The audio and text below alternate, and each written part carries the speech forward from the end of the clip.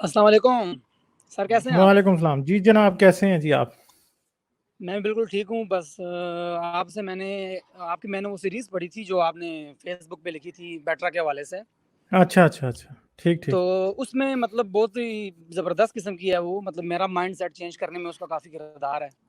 ہوں تو میں نے اس میں یہ پوچھنا تھا آپ سے کہ یعنی مسلمانوں کی طرف سے یہ وہ 3 جوابات دیتے ہیں کہ اس کے حوالے سے. ہوں اس میں ایک یہ تھا کہ وہ کہتے ہیں کہ یعنی جتنی بھی وہ مسجدیں ہیں، وہ جو 100 مساجد ہیں، جو جس طرح ڈین گبسن نے بھی اپنی اس میں لکھا ہوا ہے، ہوں تو وہ مساجد جو ہیں وہ ان مساجد کے لیے پیٹرا بھی اور مکہ بھی وہ مشرق میں بنتے ہیں. ہوں تو یعنی وہ اس میں انسانی غلطی کا بھی تو امکان ہو سکتا ہے. یعنی آج کل تو ہمارے پاس مطلب موبائلز ہیں یا اچھا ایک سسٹم ہے ہمارے پاس جی پی ایس کا یا جو بھی، لیکن اس زمانے میں عام لوگ ہوتے تھے وہ ویسی مسجد بنا لی تو اس کی محراب بنا لیا، تو اس میں غلطی کا امکان بھی ہو سکتا ہے.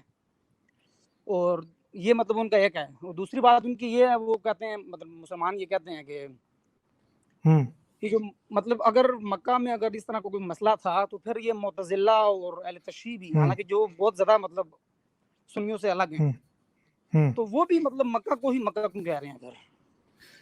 یعنی اس کو اسلام مطلب پرانا مطلب شروع سے مکہ کو کیوں اپنا مقدس شہر کہتے ہیں؟ مطلب اگر اس میں اگر ایسا کوئی مسئلہ ہوتا تو پھر وہ بھی اپنی بکس میں اس طرح کچھ لکھ لیتے اس میں کہ بھئی یہ، یعنی کوئی ہنٹ دے دیتے اس ٹائپ کی. اور تیسری بات جو ہے وہ میں نے کرنی تھی، وہ یہ تھا کہ یعنی جس طرح ڈین گبسن نے بھی 100 مساجد جو ہیں اس نے کہا کہ اس کا جو رخ جو ہے وہ پیٹرا کی طرف ہے یا یروشلم کی طرف بھی ہے، اور کچھ مساجد کا مکہ کی طرف بھی نہیں، ہے. یروشلم کی طرف نہیں ہے. ڈین گبسن نے اپنی بک میں کسی بھی مسجد، وہ صرف ان مسجدوں کا رخ پیٹرا کی اور یروشلم کی طرف بنتا ہے جو ان کے لیے پیٹرا اور یروشلم ایک لائن میں آ رہے ہیں، یا مکہ اور یروشلم، مکہ اور پیٹرا ایک لائن میں آ رہے ہیں. اچھا ٹھیک ہے. پھر وہ میں نے آئی تھنک وہ ایکس مسلم سپارٹیکس کی ویڈیو میں نے دیکھا تھا، اس میں اس نے بتائی تھی وہ مساجد جو، یعنی اس نے 3 بتایا تھے کہ بھئی ایک جو ہے وہ مکہ کی طرف بھی ہیں اور یروشلم کی طرف بھی ہیں اور پیٹرا کی طرف بھی ہیں اور پیٹرا کی اور مکہ کی کوئی متوازی لائن کی طرف بھی ہیں. تو یعنی پھر وہ ساؤتھ افریقہ کی ایک کوئی مسجد مطلب عارف سلطان سے میں نے سنا، وہ کہہ رہے تھے کہ بھئی اس میں وہ بھی ایک مسجد ہے جو کہ پہلے 100 سالوں میں بنی ہے، لیکن اس کا رخ پھر کیوں مکہ کی طرف ہے؟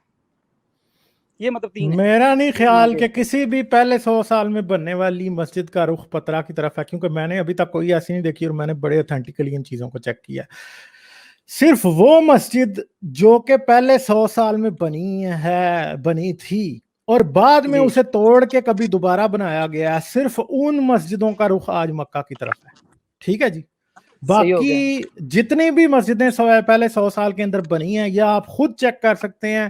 ڈین گبسن کی اگر آپ نے بک ڈاؤن لوڈ کی ہو تو اس نے ہر ایک مسجد کے کوارڈینیٹس دیے ہوئے ہیں. آپ ان مسجدوں کے کوارڈینیٹس کے حساب سے خود گوگل میپس کے اندر ڈال کے گوگل ارتھ میں آپ چیک کر سکتے ہیں کہ مسجد کا رخ کس طرف ہے، پیٹرا کی طرف ہے یا مکہ کی طرف ہے. پہلی بات یہ ہے کہ کوئی بھی ایسی مسجد جو کہ پہلے 100 سال میں اسلام کے بنی ہے اور اس کو دوبارہ منہدم کر کے اس کی بنیاد بھی تبدیل نہیں کی گئی، وہ مسجد آج بھی پیٹرا کی طرف ہی اس کا رخ ہے.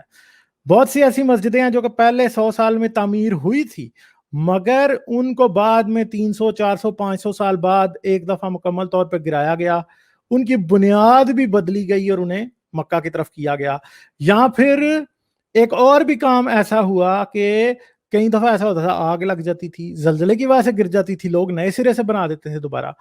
اچھا اب میری ایک اور بات سنیے گا.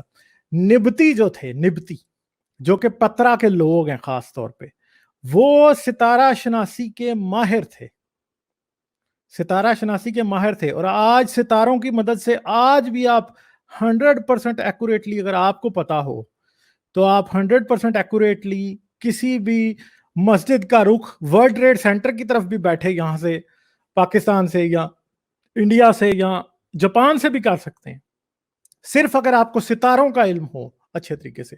اور نبتی دنیا میں، پوری دنیا میں سب سے ایکسپرٹ تھے اس بات میں، اس لیے غلطی کا احتمال بالکل نہیں ہے. پہلی بات یہ ہے. دوسری بات یہ ہے، یہ بھی یاد رکھیے گا کہ جو آپ کے متزلہ فرقے کے البیرونی رازی، یہ جو بغداد کی سلطنت تھی جس کو اسلام کی گولڈن ایج کہتے ہیں، اس کے دوران بھی ایک بہت بڑی بحث تھی کہ ہاں بھائی یہ جو مسجدیں پہلے 100 سال کی ہیں ان کے رخ مکہ کی طرف کیوں نہیں ہیں. تو وہ کہتے تھے کہ یہ صحابیوں کی بنائی ہوئی مسجدیں، اور صحابیوں کو جو ہے وہ قبلے کا رخ مکہ کی طرف نہیں کرنا آتا تھا، اور جو بغداد میں دارالعلم کے لوگ تھے ان لوگوں کو یہ نہیں پتا تھا کہ پہلا قبلہ مکہ پترا تھا بجائے یروشلم کے، اور وہ یہ نہیں جانتے تھے کہ ان مسجدوں کا سب کا رخ پترا کی طرف ہے، کیونکہ کسی کو پتہ ہی نہیں تھا کہ پترا نام کا کوئی شہر بھی ہے، تقریباً اسلام سے 300 سال بعد کسی کو بھی یہ پتہ نہیں تھا۔ مگر وقت کے ساتھ ساتھ کیونکہ یہ بھول چکے تھے، ظاہری بات ہے بغدادی کو عربی تھوڑی تھے یا نبطی تھوڑی تھے، وہ تو کہاں ہزاروں کلومیٹر دور رہتے تھے، ان کو نہیں پتا تھا اس بات کا۔ تو اس ٹائم کہا جاتا تھا کہ یہ مسجد الاصحاب ہیں، یہ صحابیوں کی مسجدیں ہیں بنائی ہوئی، اور صحابیوں کی مسجدوں کے قبلے غلط ملت ہیں، کسی کا کسی طرف ہے، کسی کا کسی طرف۔ دوسری بات ہے آپ یہ کہہ رہے تھے کہ پہلے 100 سال کے دوران بنائی ہوئی کچھ مسجدوں کا رخ جو ہے وہ مکہ کی طرف تھا، مگر یہ یاد رکھیے ایسا کچھ بھی نہیں تھا۔ پاکستان میں بھی ایک ایسی مسجد ہے جو کہ اس وقت یہ پہلے 100 سال کی، جو کہ حضور کے ایک چچا سے منسوب کی جاتی ہے، وہ مسجد جو ہے اس کا بھی رخ جو ہے وہ پترا کی طرف ہے بجائے کہ مکہ کے، ٹھیک ہے۔ پھر اب یاد رکھیں پہلے 100 سال میں اب ہوتا کیا، کیوں مکہ سے پترا سے مکہ میں بدلنے کی ضرورت کیوں پیش آئی؟ پہلی تو میں آپ کو بات بتا دوں کہ جہاں تک میرا اندازہ ہے، یا آج کل جو ہسٹورینز کا نیریٹو بنتا جا رہا ہے وہ یہ ہے کہ اسلام رسول کے مرنے کے تقریباً 100 سال تک یا 150 سال تک اپنی موجودہ شکل میں تھا ہی نہیں۔ اسلام کوئی اور چیز تھی پہلے، جب اس کو فارملائز کیا گیا، جو کہ مروان بن حکم اور حجاج بن یوسف جیسے لوگوں نے اس ریفارمیٹو تحریک کا آغاز کیا جو کہ اسلام بنا، وہ تقریباً رسول کے مرنے سے 90 سے 100 سال کے بعد شروع ہوتی ہے۔ پھر ایک بات یاد رکھیے کہ 745 میں 632 میں محمد کی ڈیتھ ہوتی ہے، 745 کے اندر 645 کے اندر پترا میں ایک بہت بڑا زلزلہ آتا ہے 647 کے اندر، اور 647 کا وہ زلزلہ پترا کو مکمل طور پہ تباہ کر دیتا ہے، سمجھیں آپ؟ تو اس کے بعد میرا جہاں تک خیال ہے کہ لوگوں نے اس بات کو سمجھنا شروع کر دیا ہوگا کہ پترا میں قبلہ نہیں رہ سکتا۔ اس کی ایک اور بہت بڑی آپ کو یہ بھی ملتی ہے، 647 کا جو 651 کا سال ہے شاید کہ 647 کا ہے، تاریخ تبری میں آپ جا کے دیکھ سکتے ہیں، یہ جو آرٹیکلز میں نے لکھے تھے اس کے اندر میں نے یہ مینشن بھی کیا ہے، تاریخ تبری میں صرف ایک سال ایسا ہے جس کا پورا بیان صرف اور صرف 10 لائنوں کے اندر ختم ہو جاتا ہے، اگر آپ نے پڑھا ہو تو۔ اس سال کے اندر زبیر کا بھائی بہت سے اونٹ اور گھوڑے لے کے مکہ آتا ہے، اور ہسٹورینز اس بات پہ سپیکولیٹ کرتے ہیں کہ ان اونٹ اور گھوڑوں کی ضرورت کیا پڑی۔ تو یہ کہتے ہیں کہ اونٹ اور گھوڑوں کو، وہ کہتے ہیں کہ شاید یہ اونٹ اور گھوڑے حجر اسود اور مکہ سے بہت سے اور چیزوں کو ٹرانسفر کرنے کے لیے استعمال ہوئے، پترا سے یعنی بکا سے پترا سے، وہ سپیکولیٹ کرتے ہیں، اب یہ سپیکولیشن ہے۔ مگر سب سے حیرانگی کی بات یہ ہے کہ تاریخ تبری میں جس کے اندر ایک سال کے لیے 50 صفحے وقف ہوتے ہیں ایک سال کے اندر، فلاں نے یہ کیا، فلاں مر گیا، فلاں پیدا ہو گیا، فلاں نے فلاں پہ چڑھائی کر دی، ٹھیک ہے۔ تاریخ تبری پوری تو مسلمانوں کے آپس کی جنگوں سے ہی بھری پڑی ہے نا، فلاں نے جی مختار سقفی نے فلاں جگہ پہ حملہ کیا، مختار سقفی کو اس نے مار دیا، مروان حکمران بن گیا، مروان نے اتنے مروا دیا، حجاج نے اس کو مارا، اس کو لٹکا دیا، اس کی لاش کعبے پہ لٹکتی رہی، کعبے کو آگ لگ گئی، پتہ نہیں کتنے واقعات لکھے تھے۔ پھر دوسری بات ہے کہ حضور کا جو چچا کا بیٹا تھا ابن عباس، جب پہلی دفعہ حسین بن نمیر نے حملہ کیا تھا مکہ کے اوپر، تو ابن عباس جو ہے تبری کے اندر ہی لکھا ہے کہ ابن عباس جو ہے وہ مکہ سے بہت سے لوگوں کو لے کے نکل گیا تھا۔ کیوں؟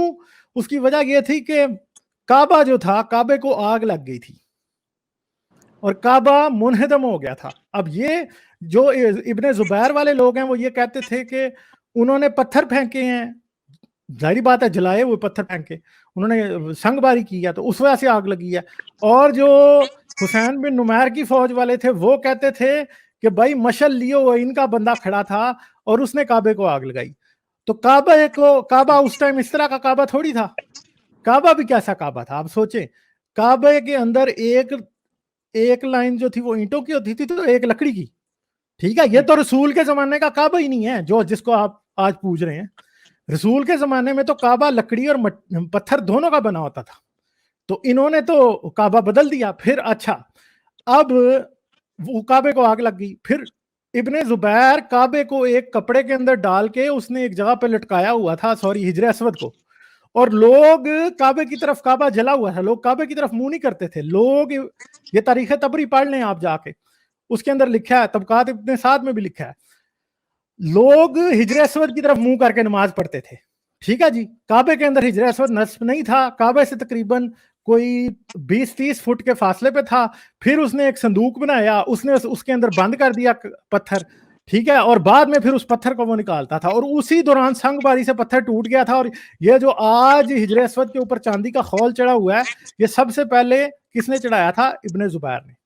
پھر ابن زبیر کعبہ, پھر وہ نقل مکانی, وہ بہت سارے گھوڑے اور گدھے اور وہ سارے اس کا بھائی لے کے آتا ہے. اس کے بعد ابن زبیر کعبہ تعمیر کرتا ہے دوبارہ سے, اور ابن زبیر حتیم, جو کہ سرکولر ایک دیوار ہے بنی ہوئی کعبے کے ساتھ, اس نے کعبے کے اندر حتیم شامل کر دی, کیونکہ رسول کی حدیث بھی ہے کہ کعبہ جو ہے اگر میرے ہاتھ میں ہوتا تو میں کعبے کی جو حتیم ہے اس کو کدھر شامل کر دیتا؟ کعبے کے اندر. اچھا جی, اب کیا ہوا کہ اب آپ سوچیں, ابن زبیر نے کعبہ تعمیر کیا دوبارہ سے, اب کیا ہوا کہ اب آ گیا حجاج بن یوسف. حجاج بن یوسف آیا, اس نے ابن زبیر کو مارا. ابن زبیر کو مارنے کے بعد اس نے کعبہ دوبارہ سے بنایا, اور اس نے کعبہ کو قریش کے نمونے کے اوپر دوبارہ سے بنا دیا. اچھا جی, اب اگلی بات کیا ہے؟ اگلی بات یہ ہے کہ اب آپ دیکھیں, یہ سمجھیں کہ جو مروان بن حکم تھا وہ کہاں کا تھا؟ مروان بن حکم طائف کا تھا. ٹھیک ہے, مروان بن حکم کا جنرل تھا حجاج بن یوسف, اور مروان بن حکم صرف طائف کا نہیں تھا, اس کی آباء و اجداد اس مکے کے علاقے کے قریب رہتے تھے, آج جو موجودہ مکہ ہے. اب میں یہ 100% مانتا ہوں کہ پترا سے مکہ کعبہ کو, حجر اسود کو منتقل کیا گیا. ایک وقت ایسا بھی شاید تھا جس کے دوران 2 کعبے موجود تھے. اب سمجھنے والی بات ہے کہ اسی دوران جب یہ ابھی حجاج بن یوسف نے حملہ نہیں کیا تھا اس کے اوپر, جو اس کو کہتے ہیں آپ ابن زبیر کے اوپر, اب حج ہو رہا ہے, اور امیر حج کون ہے جی؟